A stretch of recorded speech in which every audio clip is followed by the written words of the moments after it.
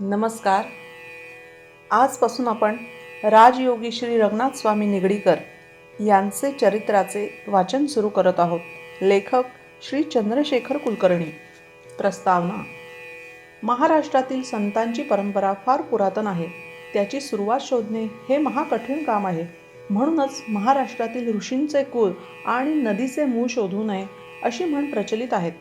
या संत परंपरेतील 17व्या शतकात होऊन गेलेले एक आत्मसाक्षात्कारी संत म्हणजे राजयोगी श्री रंगनाथ स्वामी निगडीकर हे होत. नाझरे तालुका सांगोला येथील देशपांडे घराण्यात जन्म घेतलेले हे महापुरुष दत्तप्रभूंच्या प्रसादाचे फळ होते. त्यांचे वडील बोपाजी व माता बयाबाई यांच्या उदरी अवतरित झालेले हे दुसरे पुत्ररत्न होय. थोरले यादवराव, दुसरे हे श्रीरंग व धाकटे विठ्ठल अशी ही 3 भावंडे होती. श्रीरंग यांना त्यांच्याच वडिलांकडून उज्ज्वल अशा आनंद संप्रदायाची दीक्षा प्राप्त झाली. त्यांनी वडिलांनी आपले तीव्र वैराग्य आणि ईश्वर भक्तीच्या सर्व उपलब्धी आपल्या या मूर्तिमंत वैराग्यरूपी श्री रंगनाथावर अक्षरशः उधळून टाकल्या होत्या. त्यांची शरीर संपदा ठीकठाक असतानाच संन्यासाश्रम स्वीकारला. निजानंद हे नाव त्यांच्या पूर्णानंद सद्गुरूंनी त्यांना दिले होते. थोरल्या यादवरावांकडे आपले देशपांडे वतन आणि सर्व प्रापंचिक व्याप सोपवून ते पूर्णपणे ईश्वर आराधनेत मग्न झाले होते. श्री रंगनाथ जन्मजात प्रापंचिक व्यवहाराप्रती औदासीन्य होते. व्रतबंध होताच त्यांनी वयाच्या 12व्या वर्षी दत्तप्रभूंच्या आणि गुरूंच्या आज्ञेने हिमालयामध्ये गमन केले. तेथे तीव्र प्रतिकूल निसर्ग सान्निध्यात अडीच तपे आत्मस्वरूपाचे ध्यान करून अपार समाधी सुख भोगले. व्यास महर्षींच्या आदेशाने लोकोद्धारार्थ पुन्हा महाराष्ट्र देशी आगमन केले.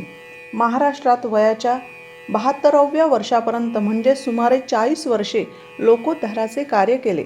समर्थ रामदास स्वामींच्या संगतीत त्यांचा बराच काळ गेला.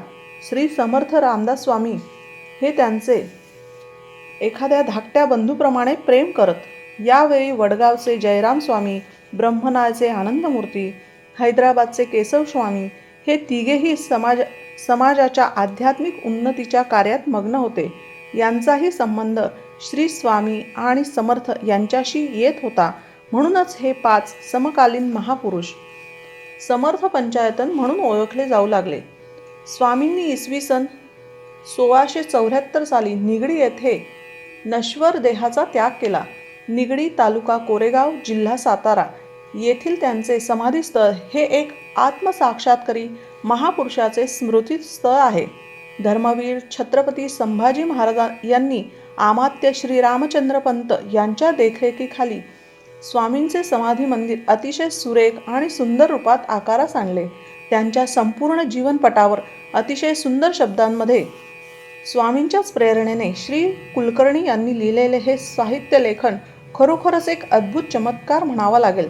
त्यांनी स्वतः यापूर्वी कसलाही साहित्यिक रचना केल्या नाहीत.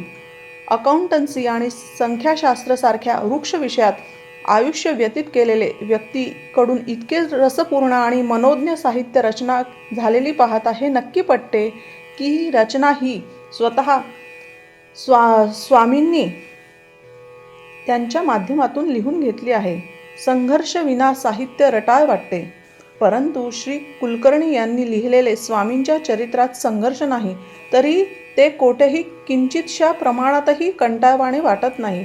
एक सलग अमृताची धार एका पात्रातून दुसऱ्या पात्रात पडत राहावी तसे हे चरित्र ओघवत्या आणि रसाळ भाषेत वाचकांच्या हृदयकुपीमध्ये पडत राहते. या साहित्य रचनेचे वैशिष्ट्य आहे.